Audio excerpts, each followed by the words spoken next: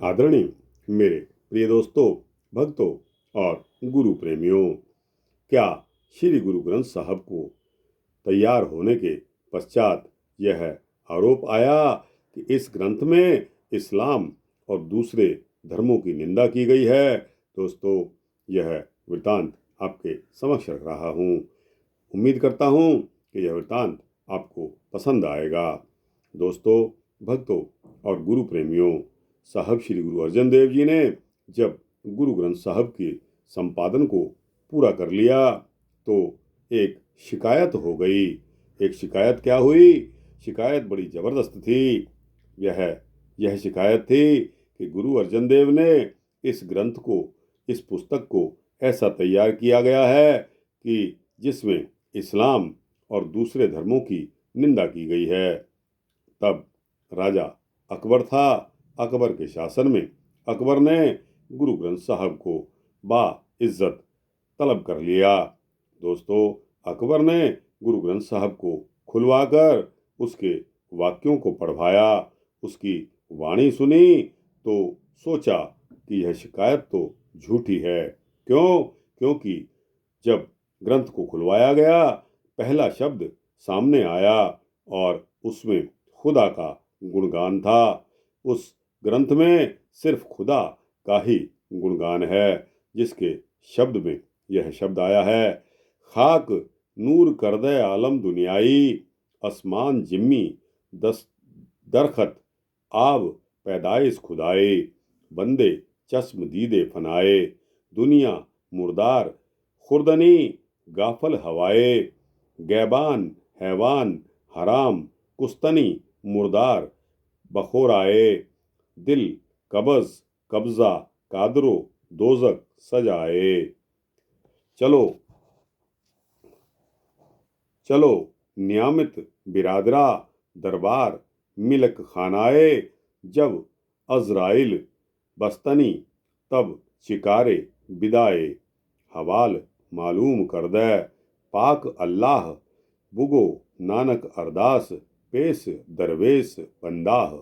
दोस्तों, यह पंक्ति जो मैं पढ़ रहा था, यह गुरु ग्रंथ साहब में पृष्ठ नंबर 723 पर आई हैं।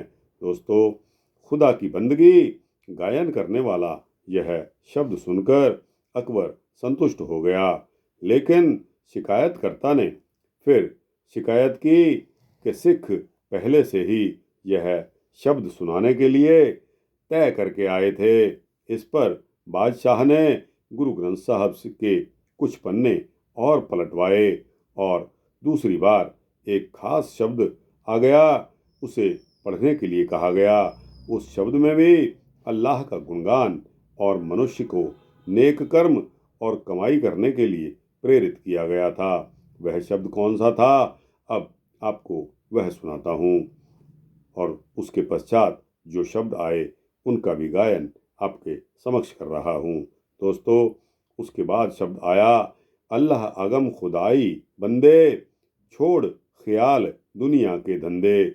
इसके बाद एक और आया, हक हलाल बखो रहो खाना, दिल दरियाओ धोवो मैलाना।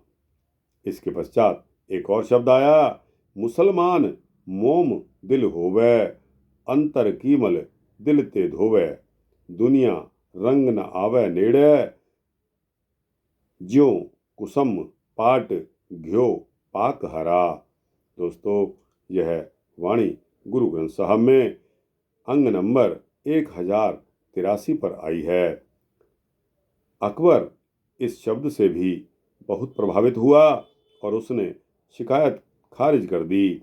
चुगलखोर फिर भी बाज नहीं आए और इस प्रकार उन्होंने यह शिकायत फिर की कि गुरु ग्रंथ साहब में मूर्ति पूजा का गुणगान किया गया है। इस्लाम और सिख धर्म में मूर्ति पूजा का प्रचलन नहीं है। सिख निराकार परमात्मा का उपासक है। बादशाह ने एक बार फिर ग्रंथ साहब खुलवाया और एक विशेष शब्द पर उंगली रखकर उसे पढ़ने के लिए कहा। वह शब्द कौन सा था?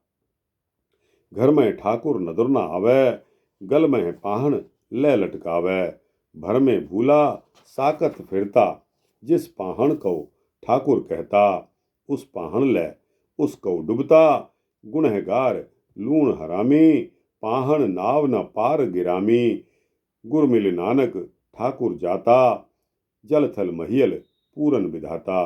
यह शब्द सुनने के बाद गुरु ग्रंथ साहब के प्रति अकबर की श्रद्धा और विश्वास दृढ़ हो गए। उसने गुरु ग्रंथ साहब के समक्ष सोने की 51 मोहरें भेंट करते हुए माथा टेका और बाबा बुड्ढा जी तथा भाई गुरदास जी को गुरु ग्रंथ साहब के साथ बड़े सम्मान के साथ विदा कर दिया। दोस्तों, बाबा बुड्ढा जी हमारे सिख पंथ में सबसे पहले ग्रंथी माने गए हैं कि जो गुरु ग्रंथ साहब के प्रकाशन के बाद में ग्रंथी नियुक्त किए गए थे। और भाई गुरदास जी जो गुरु ग्रंथ साहब की रचना में लिखने के लिए गुरु अर्जन देव जी की मदद किया करते थे। बाबा बुड्ढा जी और भाई गुरदास जी दोनों ही जब गुरु ग्रंथ साहब को लेकर बड़े सम्मान के साथ अकबर से विदा लेकर आए, गुरु ग्रंथ साहब के प्रति अकबर की गहरी श्रद्धा और विश्वास का ही यह फल था कि जब तक उसने हिंदुस्तान पर राज किया, सिख गुरुओं और गुरु घर के प्रति उसका प्रेम भाव बना रहा। दोस्तों, यह सूक्ष्म वृत्तांत यहाँ समाप्त होता है। आपको कैसा लगा? अच्छा लगा हो तो इसको लाइक और शेयर करते हुए अपने दोस्तों, भक्तों, मित्रों, जिज्ञासुओं तक पहुँचाना। अपनी राय कमेंट सेक्शन में, अपनी प्रश्न कमेंट सेक्शन में जरूर देना।